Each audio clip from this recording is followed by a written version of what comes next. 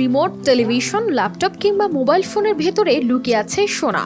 হ্যাঁ, ঠিকই শুনেছেন, পুরনো এসব ইলেকট্রিক যন্ত্র থেকে এই শ্রমিকরা সংগ্রহ করছেন 24 ক্যারেটের সোনা, আর তা বিক্রি করেই চলছে তাদের সংসার।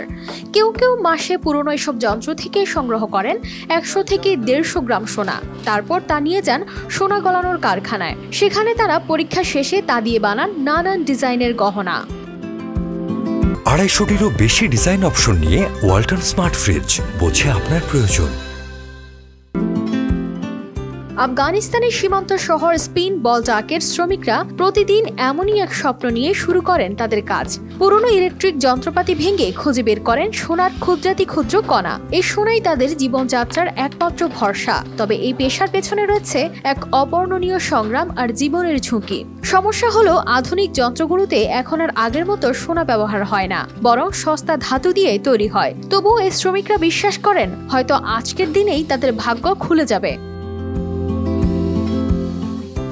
শুধু লাভের আশাই নয়, এই কাজ করতে গিয়ে শ্রমিকরা তাদের জীবনকে প্রতিনিয়ত ঝুঁকির মুখে ফেলছেন। বিষাক্ত ধাতু, ধুলোবালি আর রাসায়নিক পদার্থের ভেতরেই তারা কাজ করেন ঘন্টার পর ঘন্টা।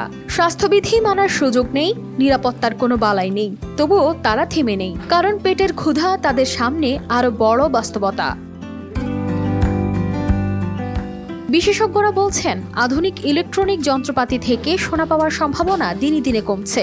যন্ত্র থেকে সংগৃহীত সোনা যায় বাজারে, সেখানের কারিগররা একদিনে কেউ গলান 1 কেজি, কেউ গলান 2 কেজি সোনা। সস্তা ধাতুর ব্যবহার বাড়ায় এই পেশার ভবিষ্যৎ ক্রমশ অনিশ্চিত হয়ে পড়ছে। কমেছে কারিগরদের সোনা গলানোর কাজও। এই কারিগর বলেন,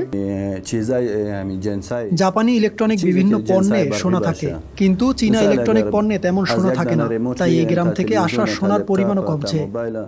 সম্ভবত প্রতি সপ্তাহে মাত্র 30 থেকে 40 গ্রাম সোনা বাজারে আসে। তবুও আফগান শ্রমিকরা ভেঙে পড়ছেন না। তারা জানেন, অল্প কিছু পাওয়া গেলেও একদিন তাদের ভাগ্যের চাকা ঘুরবেই।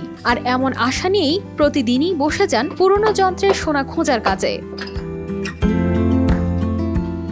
কানিজ ফাতেমা শিমু, RTV।